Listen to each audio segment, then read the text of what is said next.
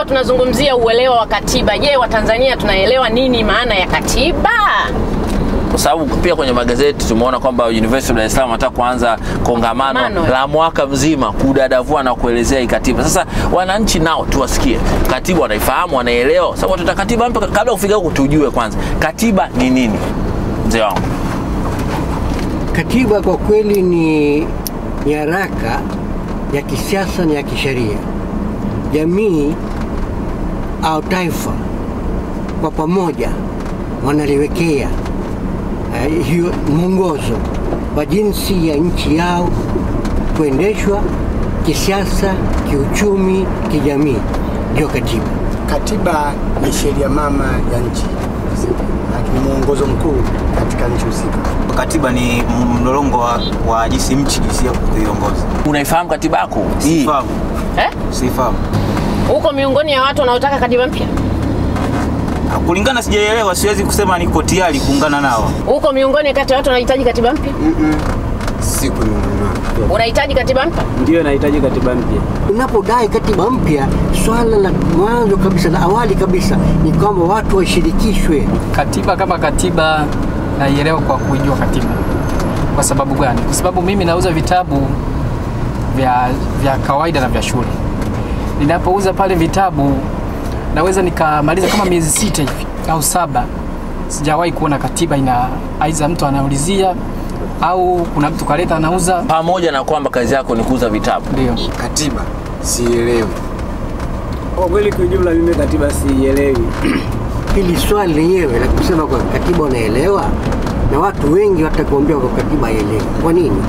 Kwa sababu katika historia yetu ya katiba watu hawakushirikishwa katika utungaji wa katiba. Sasa utaelewaje? Hii katiba ilikuwa ilitoka wapi? Katiba tulionayo ilitungwa mnamo mwaka 77. Na katiba hiyo ilitungwa kwa mujibu wa mapatano ya muungano. Na ilitungwa na halmashauri ya chama wakati ule chama kimoja CCM. Kwa kuwa ilitungwa na halmashauri ya chama, wananchi kwa ujumla wao hawakushirikishwa. Kwa hiyo hawaelewi. Wakati huo sasa ilipotungwa hii ya 77 ambayo tunataka kuibadilisha, wananchi waliifuata na kutaka kuipata, ilikuwa inapatikana kwa sababu tatizo tunaona lilianza wakati huo. Nyewe wenyewe mliokuepo wakati huo mliisaka? Tulikuwa hatuna mwamko. Lakini tulisikia kwamba Afro-Shirazi Party ya Zanzibar na TANU waliungana. Walikuwa na CCM. Hii tulisikia. Ndio walisikia. Mzee wangu unasemaje? Mimi katiba ninayofahamu nilisoma shuleni. Ilikuwa ni katiba ya CCM. Wakati ule ilikuwa inaitwa katiba ya TANU. Sasa sielewi kama kuna katiba nyingine ambayo imeshabadilishwa kwa katiba nyingine sasa hivi. Sababu katiba ile ilikuwa inaongelea chama kimoja.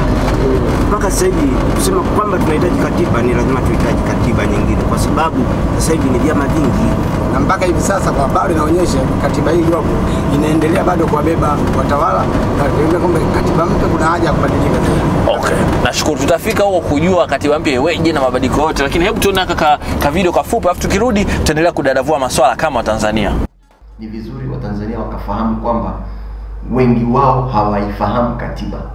Mwaka 61 Tanganyika ilipopata uhuru, tulipewa katiba na Waingereza. Hiyo katiba haikutungwa na wananchi wa Tanzania au Watanganyika wakati ule. Ni katiba ambayo Waingereza waliitunga ili kwamba wanapoliacha ile taifa huru liweze kuwa na mwelekeo wa kujiongoza. Mwaka 62 Tanzania au Tanganyika wakati ule ikatunga katiba inaitwa katiba ya Jamhuri.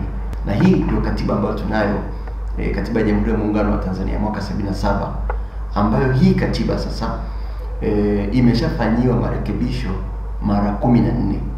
Wananchi wa Tanzania hawakushirikishwa kwenye kuitunga hiyo katiba. Ni bunge la Tanzania la Tanganyika wakati ule ambalo lilitunga hiyo katiba, alafu likajigeuza kama bunge maalum la kupitisha ile katiba. Na pasipo ushiriki wa wananchi, unaweza ukaona sasa tatizo linalokuja kwamba kushirikishwa ni kitu ambacho hukimiliki na hukijui.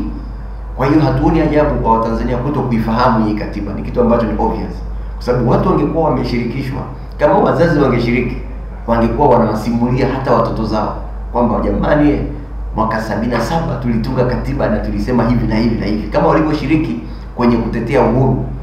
Ndio maana uhuru wa nchi hii ni mali ya kila Mtanzania. Watanzania hawahitaji kupewa katiba mpya. Nimezungumzia habari za je, Watanzania sasa wanahitaji kupewa katiba mpya au vipi? Sio swala la kupewa katiba mpya, watu hawapewi. Watu wanajitungia katiba yao kwa sababu mamlaka ya nchi yanatokana na watu wenyewe. Tumerudi, tumeona hiyo runinga na sasa hivi tunaendelea kudadavua swala hili muhimu kuhusu katiba mpya. Hata mimi babu yangu ambaye aliyemzaa babangu hajaniambia kama nilishiriki katika katiba. Sawa. Kwa maana hiyo basi yangu unahitaji kushiriki kwenye katiba, utungaji wa katiba. Mimi ninahitaji kwanza tuelimishwe, tujue katiba, hapo ndio tujue katiba mpya inatungwa katika msingi ambayo tutakaelewa sisi.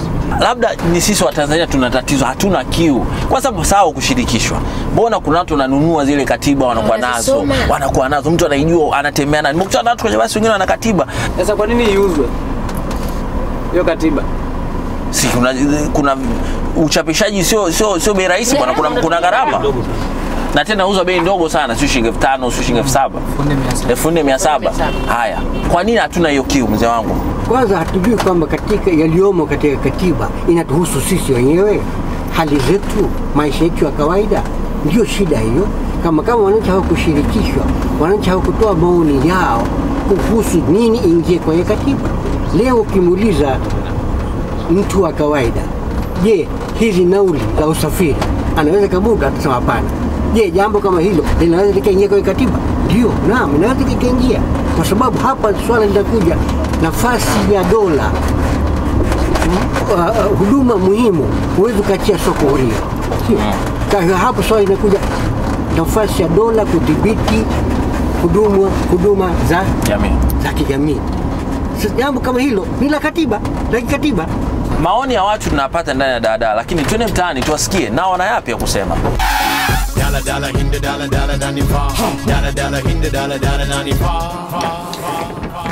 Katiba ni mwongozo ambao nchi inajiwekea katika kuongoza nchi yake. Yaani katiba ndio kama sheria mama.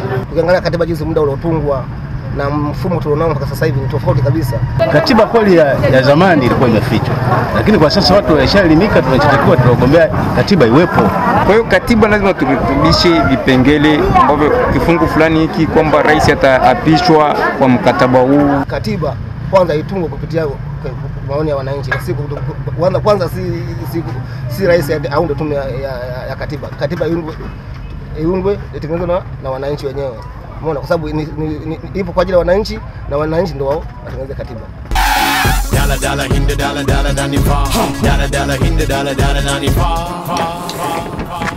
Mtaani tumewasikia, sasa mada inaendelea. Kwa unaposema mzee wangu kwamba nauli inapanda au umeme labda unapanda, malalamiko yote ya kijamii yanaweza kutibiwa kwa katiba? Sio kutibiwa, lakini yanaweza yakawekwa, kwa sababu mambo haya yote yanahusika na mfumo wa uchumi. Unaona, kwa mfano kama ukiachia usafiri, elimu, afya kwa soko huria, watu binafsi wao watabadilisha bei, sio? Wanataka uchumi faida. Kwa hiyo hapa tunazungumza nini? Mfumo wa uchumi. Huduma hizo tunaweza tukaziachia tu soko huria au lazima tuwe na udhibiti wake. Wananchi wakizungumza hiyo, wakikubaliana, wakifikia mwafaka, hayo sasa naingizwa kwenye katiba. Ndio umuhimu wa mijadala, umuhimu wa ushirikishwaji wa wananchi. Tatizo letu liko ndani ya katiba, vitu vingine tumebanwa na katiba. Kwa hiyo ndio sasa hivi katiba, hata mimi mwenyewe nilivyoona hiyo cover ya katiba pale, nilikuwa nimeshangaa kuona kumbe hii ndio cover hata ya nje sijawahi kuiona. Ninaona hili, nilikuwa najua ile cover ya, kumbe ile nilikuwa naiongelea ni ya CCM ambayo ilikuwa na rangi ya kijani. Ya miaka ngapi iliyopita. Katiba ya taifa nilikuwa sijui. Katiba hii kwanza ilikuwa imeandikwa mwaka 1961 baada ya uhuru. Alafu pia ikaja ikaboreshwa, kuna katiba nyingine zilikuwa zimeingizwa 1965 na baadaye ikaja kuingizwa tena 1977. Asante. Endelea mama. Katiba ya Jamhuri wa Muungano. Mtoto wa kike huyo. Nakubali. Kwa hiyo sasa, je, umeipitia umeiona katika mdahalo, umeongelea sasa hivi watu wanaongelea sana katiba ya zamani na hii yetu ina mapungufu ili tulete mpya? Mimi ninapoona ya katiba ina mapungufu. Kwa sababu gani? Kwa sababu wakati inaanzishwa wananchi ambao ndio wahusika wakuu walikuwa hawajashirikishwa. Kwa kutokana na mapungufu hayo, wananchi kwanza wanatakiwa waelimishwe ili waweze kufahamu katiba ni nini. Wengine hawafahamu hata katiba ni nini, inahusu nini. Wakishaelimishwa hilo, ndipo katiba mpya kama kuna uwezekano kuanzisha ianze. Lakini kwanza wananchi wapewe elimu kuhusiana na katiba, waifahamu katiba hiyo inawahusu wao na mambo yote yanayohusiana na katiba, kwa mfano ya kiuchumi, kisiasa na kijamii. Lakini wabunge wameshatusaidia hilo. Tumeambiwa imebadilishwa mara 10 na 15. 14 tayari. Kwa nini wabunge wetu wasituwakilishe? Kwa nini mpaka tupate katiba mpya? Lakini nafikiri kuna jambo moja ambalo dada amelizungumzia. Nafikiri mimi naona ni muhimu sana. Amesema upungufu wa katiba ni kwamba wananchi hawakushirikishwa. Ndio upungufu wa kwanza na muhimu kabisa. Katika mapungufu tusianze kusoma ibara za katiba, hapana. Hili sio swala. Mapungufu yale yanaweza kurekebishwa na bunge. Lakini upungufu wa wananchi kuto kushirikishwa haiwezi ikarekebishwa kwa bunge. Upungufu unaweza kurekebishwa tu kama wananchi wakishirikishwa. Na wewe uache kazi mapema uende nyumbani au mkutane mpige darasa la katiba mwaka mzima. Uko tayari? Kwa kweli hilo swala litakuwa gumu, kwa sababu naona kutokana na utaratibu wa maisha yalivyo, kwa kweli itakuwa gumu mimi kuacha shughuli zangu huwezi nikajifundisha kwa masuala ya katiba. Na kuhusu hii katiba inasema kwamba wao libidi tu sisi wachukue maoni. Ukimuuliza mwananchi kwamba awekwe darasani kufundishwa katiba, yeye hana muda wa hiyo. Lakini ukimuuliza manunguniko yake kuhusu maisha yake na jinsi gani haya yanaweza kuingizwa kwenye katiba, anajua na atazungumza. Kwa hiyo Watanzania watazungumza juu ya manunguniko ambayo yanahusiana moja kwa moja na mabadiliko ya katiba. Ni kweli kabisa. Hii ni daladala, majadiliano juu ya katiba mpya na zamani, na je, wananchi wanahitaji mpya, na maoni yao unaendelea baada ya mapumziko mafupi. Watanzania sasa moto.